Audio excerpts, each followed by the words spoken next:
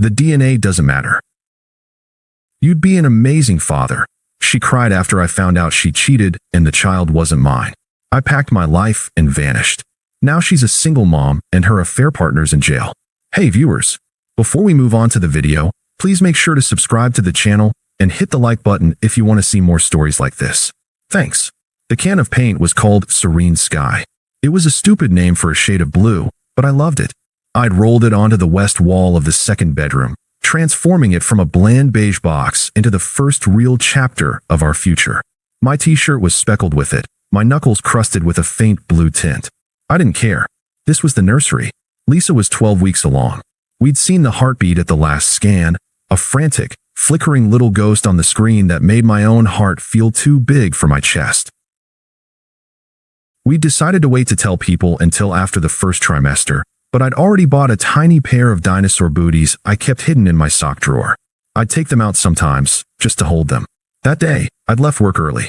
I'd picked up the flowers from the corner stall, peonies, her favorite, and a ridiculously expensive prenatal massage gift certificate. She'd been anxious lately, withdrawn. I chalked it up to hormones and the sheer, terrifying magnitude of growing a human. I wanted to be the steady one, the rock. I let myself into our apartment, the quiet hum of the city fading behind the door. Lise?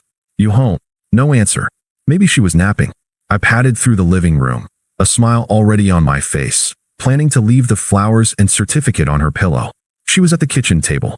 Not napping, just sitting, staring at a sealed white envelope on the table in front of her, as if it were a live bomb. Her face was the color of chalk. Hey, I said, my cheerful tone feeling suddenly hollow. You okay? You look like you've seen a ghost. She didn't look up. Her hands were clenched together so tightly her knuckles were white. The envelope had a clinic's logo on it. Something cold and sharp began to prickle at the base of my spine. Lisa? What's that? She finally lifted her eyes to mine. The fear in them was so absolute it stole the air from my lungs. This wasn't morning sickness anxiety. This was pure, undiluted terror. I needed to be sure, she whispered, her voice raspy. Sure about what? I asked, though some part of me, some primitive, stupid part, already knew. I pulled out the chair across from her and sat, the peonies feeling like a lead weight in my hand. I dropped them on the table. She took a shaky breath. After the first appointment, I had this feeling. I couldn't shake it. So I got a test. A test for what? I was pushing, wanting her to say it, to make the unspeakable thing real, so I could fight it, so I could prove her wrong. She just stared at me, a silent plea in her eyes. My gaze dropped to the envelope. My name wasn't on it, just hers, and a client number. The cold feeling spread from my spine to my limbs. The world seemed to narrow to the surface of that kitchen table. The stupid, cheerful peonies, her trembling hands, and that pristine white envelope. Open it, I said.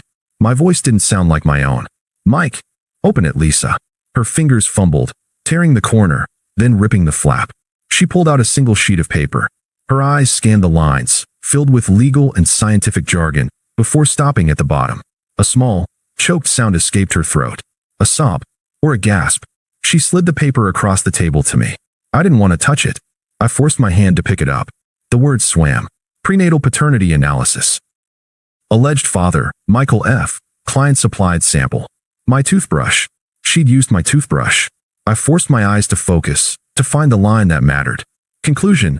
Based on the analysis of the DNA loci, the alleged father, Michael F., is excluded as the biological father of the fetus.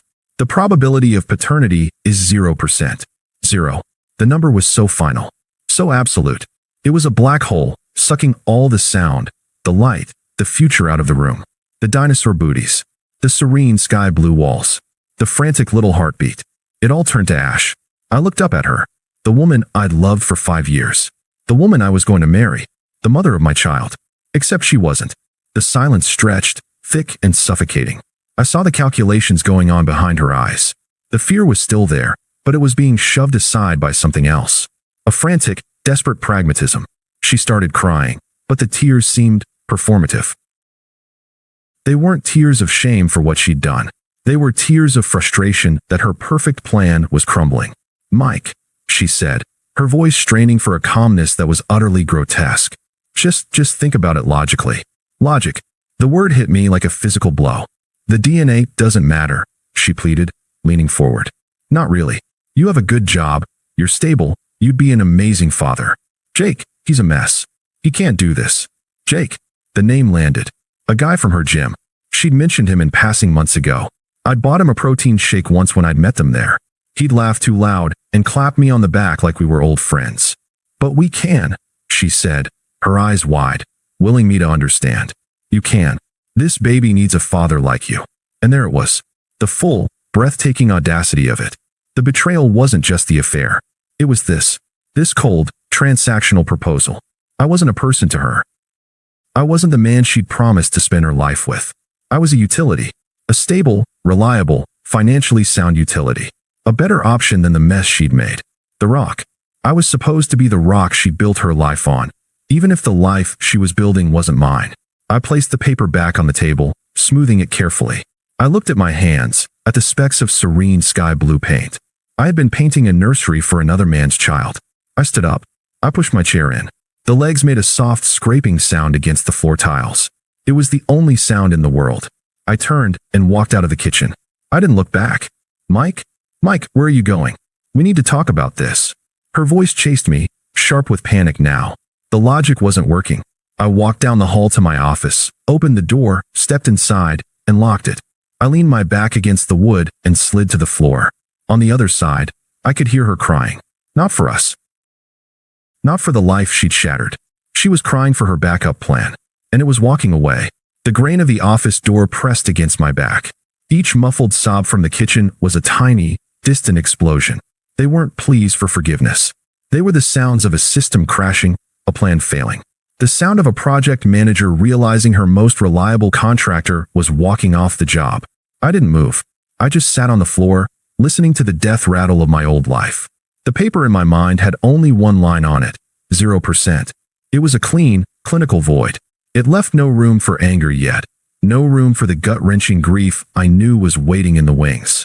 There was only a profound, echoing silence. The future I'd been meticulously painting had just evaporated. After a while, her cries subsided. I heard her footsteps retreat down the hall to our bedroom. The door clicked shut. I stood up. My body felt like it belonged to someone else. I opened my office door. The apartment was silent, tomb-like. I walked past the kitchen table. The peonies looked obscene now, a bright, cheerful line next to the damning clinical report. I didn't look at it. I didn't touch it.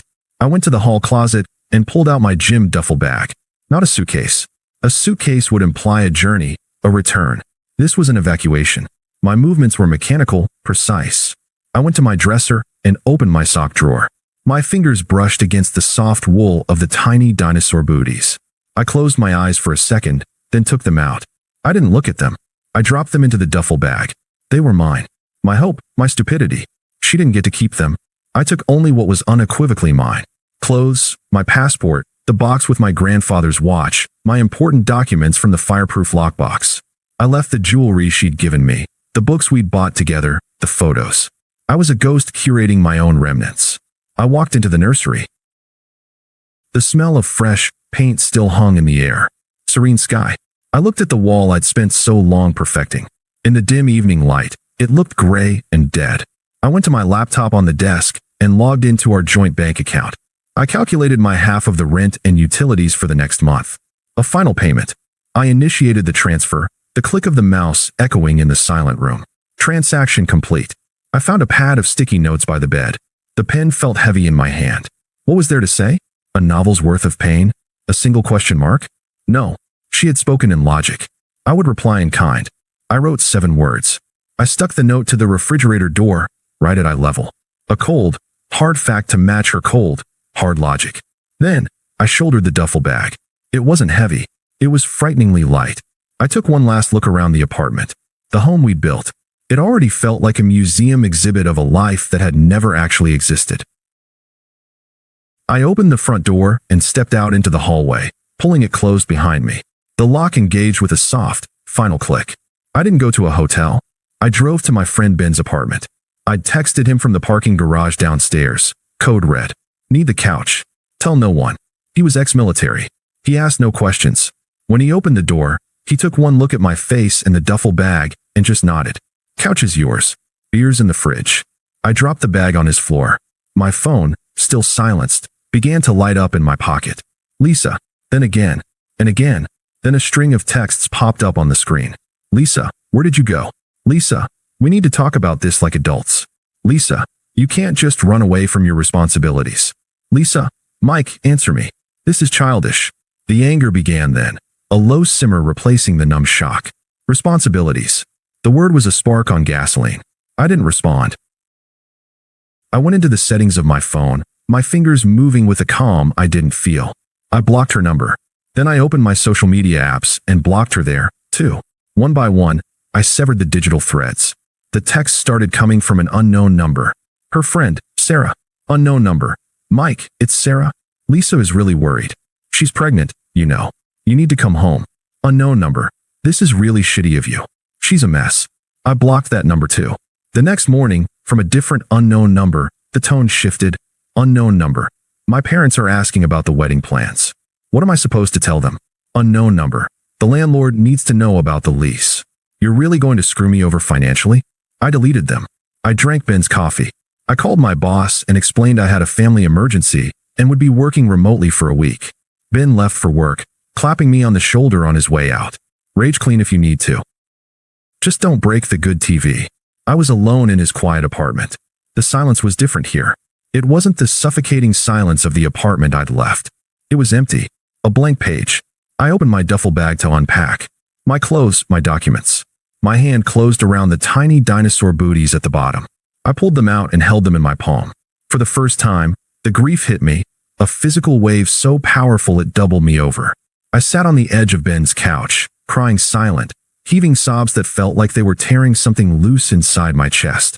I cried for the ghost of a child, for the future that was stolen, for the man I was 12 hours ago, who was so blissfully, tragically stupid. When it passed, I felt hollowed out, but cleaner. I placed the booties on Ben's bookshelf, a tiny monument to my own naivety.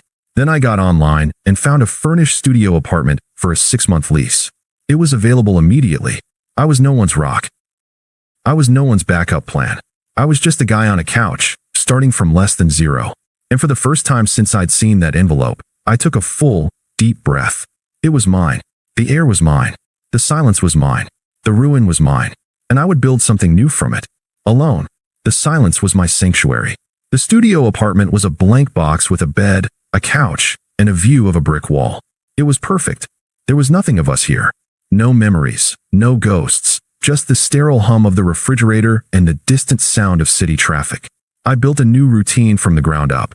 Wake up, run until my lungs burned. Work from home, losing myself in lines of code that obeyed a logic I understood.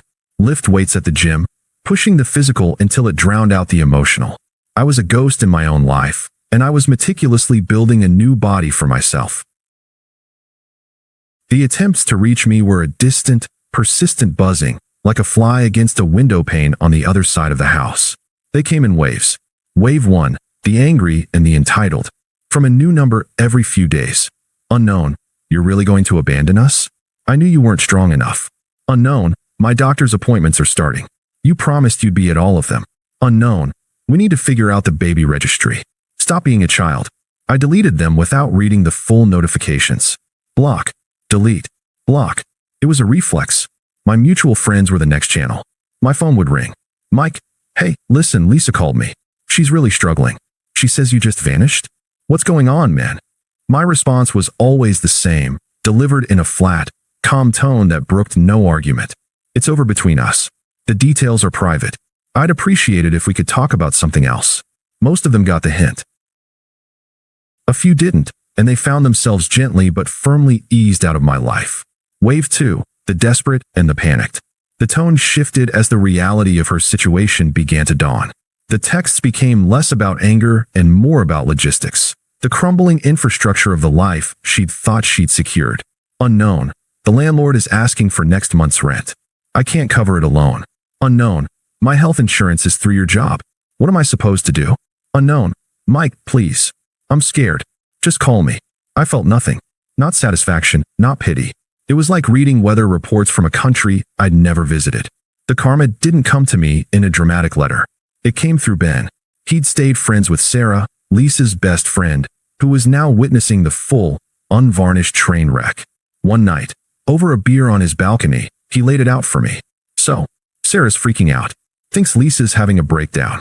I took a sip of my beer. Yeah.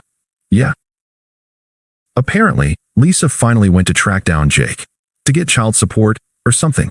Showed up at his place. Ben let out a low whistle. Bad timing. Or great timing, depending on your perspective.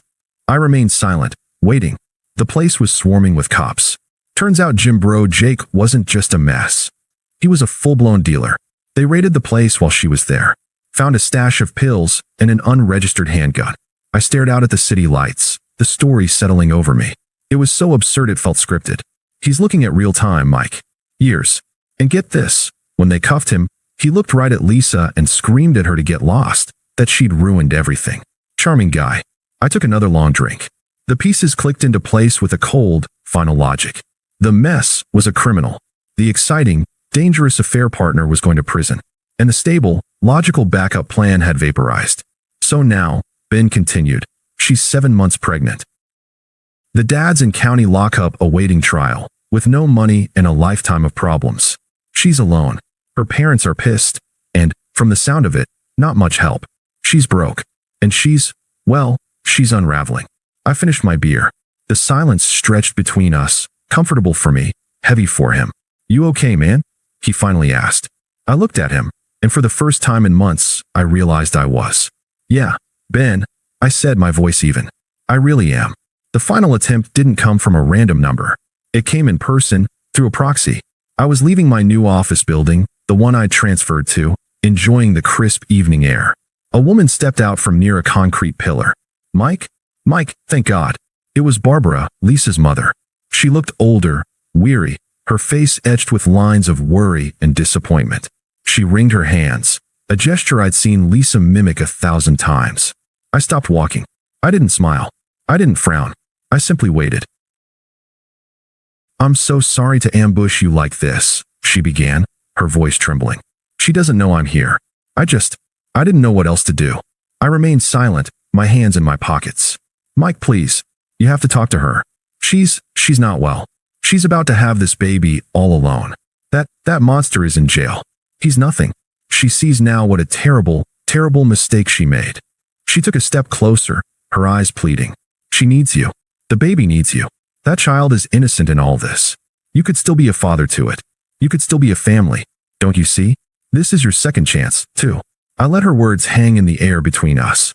I listened to the entire plea, the entire fantasy she'd constructed where I was the noble knight who would ride in and save her daughter from the consequences of her own choices. When she was done, I spoke. My voice was calm, low, and utterly devoid of malice or sympathy. It was the voice of a man stating simple, irrefutable facts. Barbara, I'm sorry you had to come all this way. She blinked, a flicker of hope in her eyes at the apology. I continued. What happened to Lisa is unfortunate. I chose the word deliberately. Unfortunate. But unfortunate is getting a flat tire. What she did was a conscious choice. She chose to betray me. She chose to have a child with a criminal. Those are her consequences to manage. Not mine. The hope in her eyes died, replaced by a stunned disbelief. I truly hope she and the child are healthy and safe, I said, and I meant it in the most distant, global way possible, the way you hope strangers in a news story are okay. But I am no longer her solution. I have a new life now. It doesn't include her. I saw the argument forming on her lips, the maternal desperation to fix this. I cut it off. Please don't contact me again. If you do, I will have to consider it harassment and act accordingly. Good night, Barbara. I turned and walked toward the parking garage. My steps were even, my breathing steady. I didn't look back. I didn't need to. I knew she would be standing there, frozen, finally understanding that the door wasn't just closed. It was gone, and the man who had once lived behind it was gone, too. I was the vanisher, and I had finally vanished from their world completely. Thanks for watching. Make sure to subscribe to the channel and hit the like button. What do you think about this story? Share it in the comments.